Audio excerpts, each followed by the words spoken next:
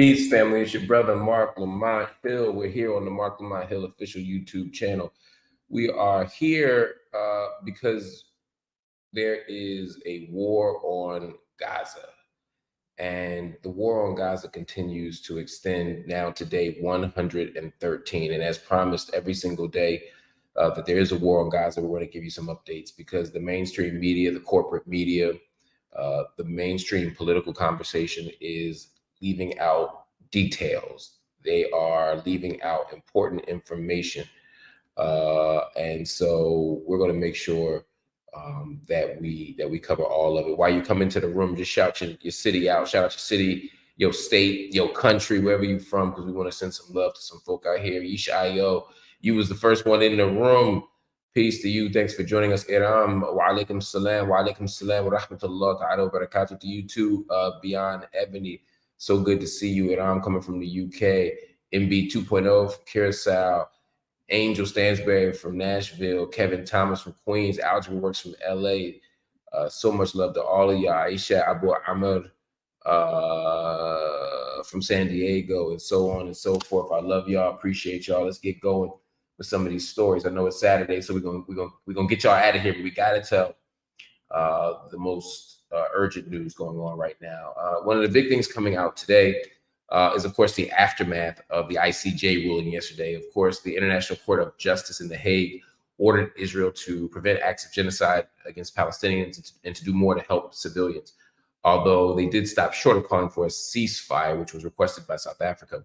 But make no mistake about it, despite what the Israeli government is telling you, despite what the Hezbollah is suggesting, this was not a victory for Israel. This was not a denouncement of the claims or denunciation of the claims against Israel. This was not a critique of South Africa. This was not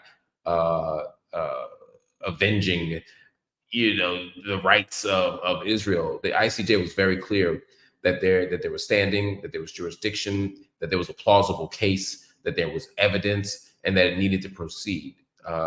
And that's an important thing. And Netanyahu, to no one's surprise, Prime Minister Benjamin Netanyahu of Israel rejected the ruling. And again, if you needed more evidence that it wasn't in favor of Israel, he rejected the ruling. Netanyahu rejected the ruling and said that Israel will continue to defend itself and its citizens while adhering to international law.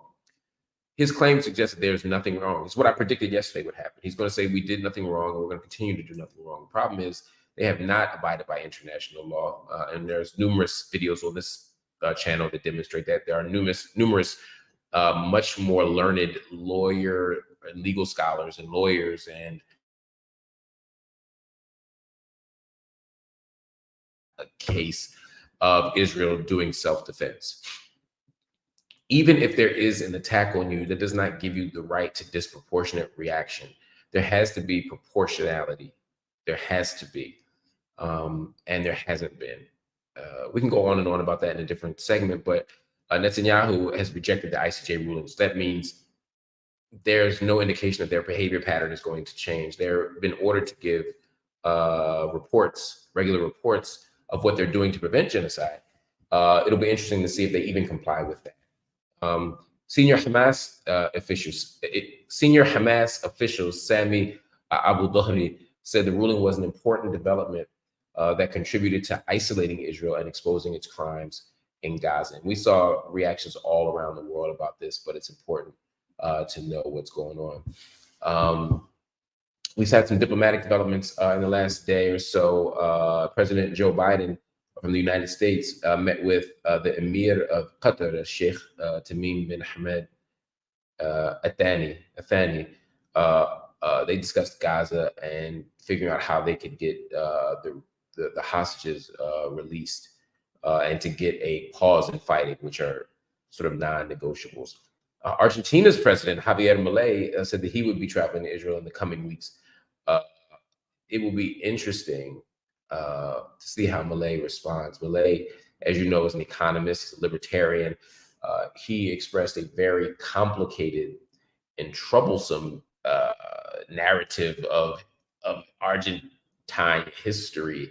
He talked about the disappearances, and he talked about the killings and the really ugly incidents in Argentina in the 70s and 80s.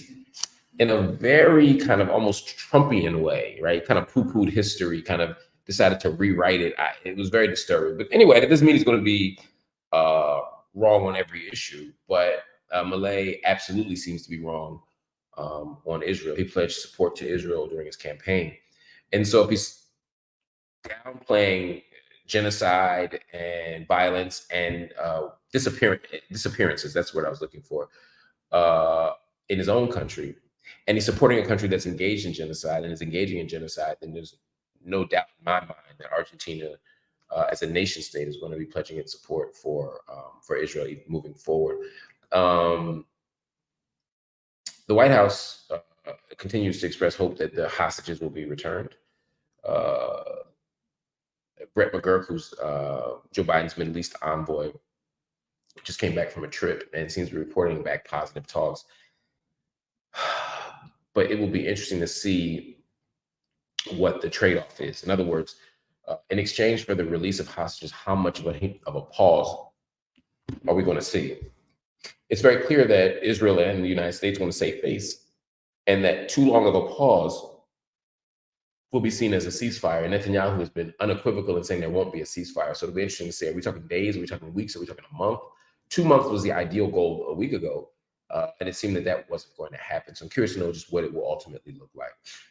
UNRWA, the United Nations Relief and Works Agency for Palestinian refugees in the Near East, said that it opened an investigation into several employees who were suspected of involvement in the October 7 attacks. This is a big deal. We can't pretend that it's not. We can't ignore the importance of this. It's also important to look at the timing of this. This was released the same day as the ICJ decision, this news. I don't think that's a coincidence. So we need to investigate it, but we also don't want to be distracted by it. We need to get to the bottom of this. We don't want this to become an excuse for denying UNRWA funds, or the United States blocking UNRWA funds, which is what's on the table now. And instead, we want to get to the truth. We want to get to justice, but we also don't want to ignore the fact that there's a genocide happening. A couple other developments I want to talk about really, really fast. A 27-year-old man was shot.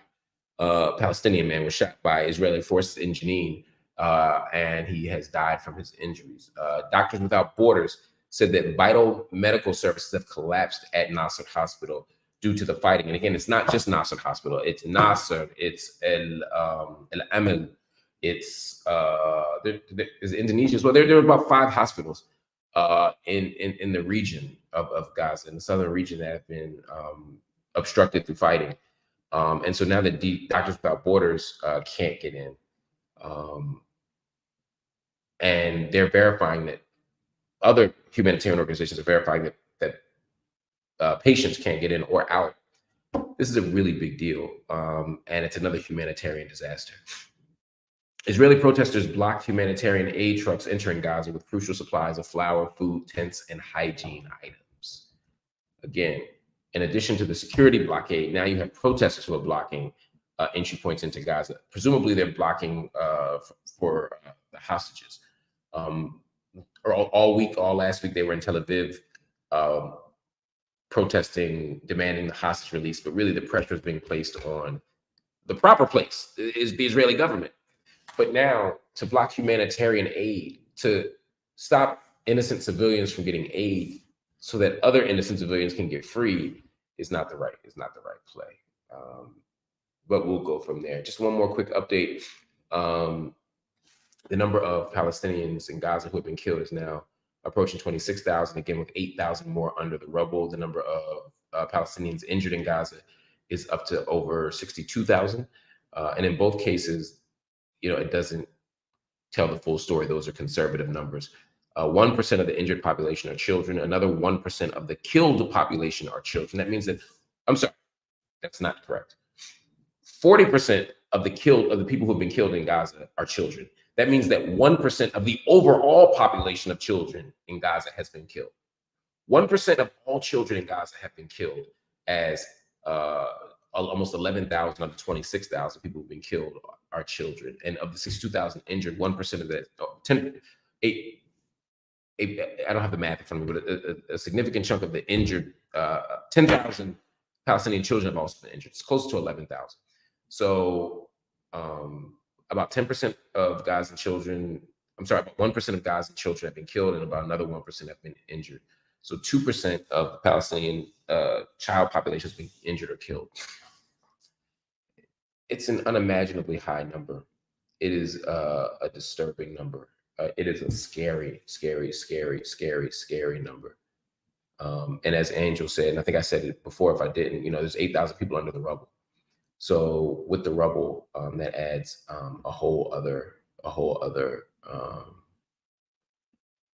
thing. Bullet the Bunny said, "What happens if it bleeds? It leads." Yes, that is true in mainstream media. If it's an ugly, bloody, violent story, we put it on the front page, except for Palestine. Except for Palestine. Northern Red 1984 says, "Do you believe Biden will pay a political price for supporting this genocide here at home? Does the ICJ ruling make all but make this assured?" The ICJ ruling gives Biden permission to be more vocal with the reports and with saying that Israel needs to do more to make sure that the civilians aren't killed, which is what they've been trying to say. It's certainly what Defense Secretary Lloyd Austin's been saying. So there's space to say more of that. But at the end of the day, Biden's political calculus, as I see it, is I would rather stand with Israel. No president in American history has lost an election because of their proximity to Israel.